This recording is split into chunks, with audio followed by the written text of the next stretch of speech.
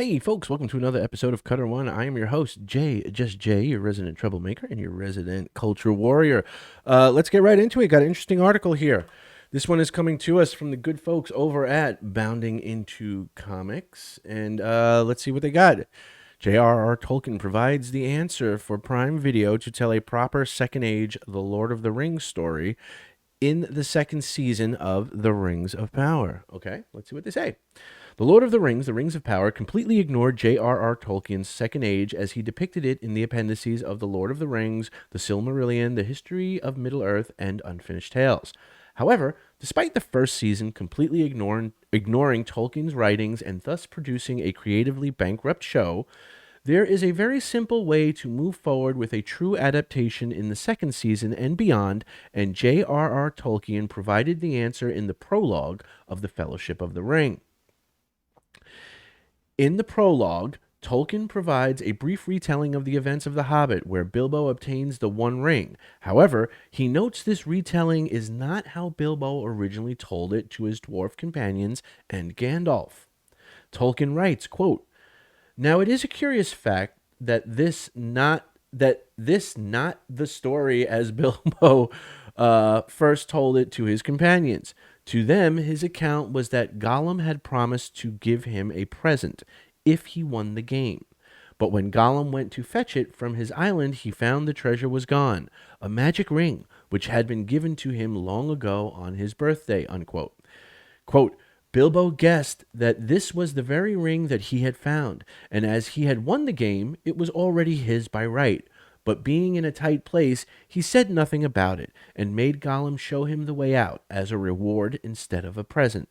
Tolkien continues. He writes, "This account Bilbo set down in his memoirs, and he seems never to have altered it himself, not even after the Council of Elrond.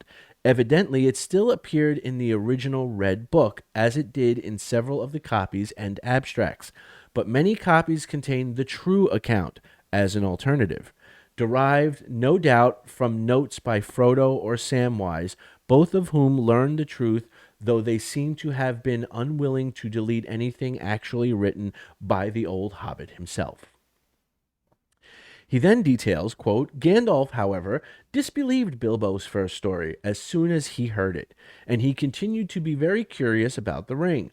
Eventually, he got the true tale out of Bilbo after much questioning, which for a while strained their friendship, but the wizard seemed to think the truth important. Though he did not say so to Bilbo, he also thought it important and disturbing to find that the good hobbit had not told the truth from the first, quite contrary to his habit. The idea of a present was not mere hobbit-like invention. All the same, it was suggested to Bilbo, as he confessed, by Gollum's talk that he overheard. For Gollum did in fact call the ring his birthday present many times. That also Gandalf thought strange and suspicious. But he did not discover the truth in this point for many more years, as will be seen in this book," Tolkien writes. Prime Video and Amazon Studios can take a page out of Tolkien's prologue and have whoever compiled the first season of The Rings of Power admit to telling a false story while the real and true story is eventually told.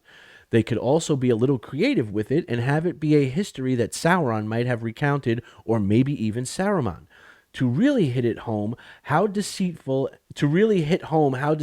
and thus untrue this first season is. They could even have it be a history written by Grima Wormtongue.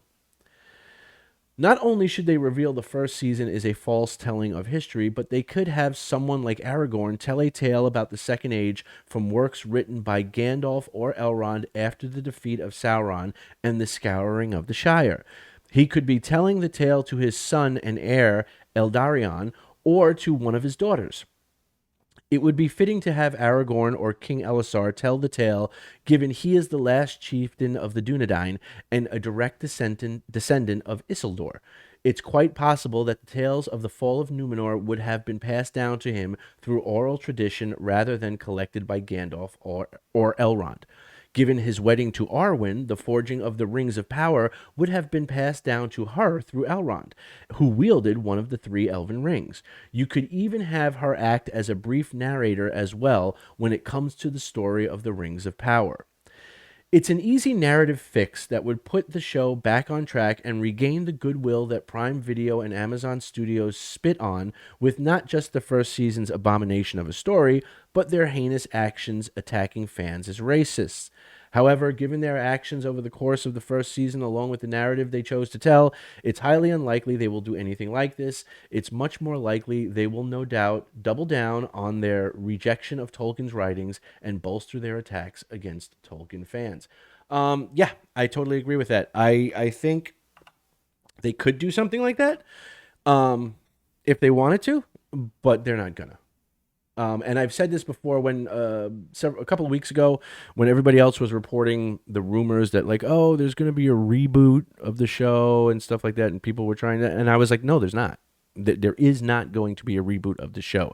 They are going to carry on with season 2 as if season 1 was the end all be all of shows. And the reason why literally comes down to money.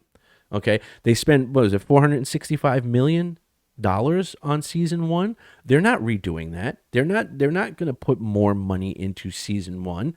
Okay, they already spent almost $500 million on it. They're moving on to season 2, which, as you see, is what they're actually doing. They're filming season 2 right now. Okay, and believe me, with the quick beginning of shooting season 2 after the end of season 1, fan criticisms are not being factored in. Trust me on this one. They are not being factored in. And as we get closer to, the preview trailers and stuff like that for season 2 dropping out, you're going to see an uptick in articles that are going to start attacking the fans again. They're going to start attacking Tolkien again. They're going to attack the Peter Jackson films. I laid all this out. None of this happens by accident or by chance. They need to tear down the how the prestige of Peter Jackson's adaptation, okay? How it's beloved, okay? They need to poke holes in it. Why? Because that's the point of comparison that all the fans are using, okay? All the fans are saying, listen, Peter Jackson was able to adapt the stuff, and yes, he made some changes, but overall, he stuck true to what Tolkien wrote. Why can't you guys do the same? So they need to tear down Peter Jackson's films, okay, as a point of comparison, okay? They need to tear down Tolkien, okay, because he doesn't fit the modern day political, climate and stuff like that. So, he is evil. Tolkien is like Morgoth, he was a straight white man, okay? It doesn't get any worse than that. Okay, so they're going to attack him. You'll see more articles attacking him. You'll see more articles attacking Peter Jackson with the Lord of the Rings and The Hobbit. And you'll see more articles about the fans. You'll see more articles about the fans because we already know it. They've already got more. And I hate to say it, with their announcement of the additional actors that are being brought on for season 2, you can see that they are doubling down on the whole, we know Tolkien wrote this as a mythology for Britain, and his influences were all or largely Western European, but we don't care. We need to fit our Amazon criteria, which has been laid out, that we have to have certain percentages of non-white folk, of women, of underrepresented groups, and we need to check boxes. And we're already seeing with the announcement of the 8 additional cast members, that they're not moving away from that. That is hard built into the system now because it's Amazon policy. Okay. So you're going to see more attacks on the fans. You're going to see more attacks on Tolkien. You're going to see more attacks on Peter Jackson's films and adaptations. And they need to do this in order to prop up the Rings of Power. And again, they're not redoing season 1. Okay. They are not going to do a hard reboot. They're not even going to do what this article said. And I would agree. This article gives them an out.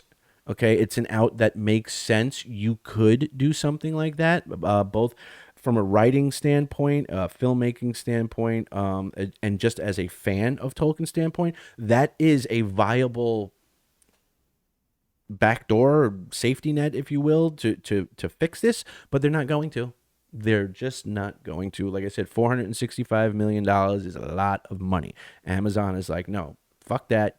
Y'all don't like the show, that's fine, but the show is done. Season 1 is done. It's in the can. It is season 1, will always be season 1. Deal with it. That's going to be their attitude. So as much as I agree with the author of this article, and let me give him a shout out, because I call it's John F. Trent again. I've read a couple of his articles. As much as I agree with Mr. Trent on this one, Amazon's not going to do it. But let me know what you guys think. Do you guys think that would be a viable out for Amazon to sort of have it be, a false history or a false version? Say, let's say Sauron's version, or the version that's was passed around by the those people under Sauron's influence, and then suddenly at the end we find, or in season 2 we find that that's not really what happened. Do you guys think that's an out? Do you think it's a safety net? I mean, do you think Amazon would go for it? I don't think so, but you guys may think something different. I may have overlooked something, so let me know. Let me know what you think down in the comment section below. Remember, if you like the video, like the video. If you feel like sharing the video, please feel free to do so. It gets it out there, it gets it seen by more people, gets more people involved in talking about it. And if you have not subscribed already, I would hope that you would consider subscribing. This is what we do. We like to talk. We're starting off on the ground floor here, building stuff up. It's just gonna get bigger and better, hopefully, as we go through. And we enjoy having good conversations about Tolkien and his works. So anyway, if you are a returning subscriber, thank you. You are the best. You guys rock. And remember to be good, be safe, be awesome, and I will see you guys on the next one. Peace.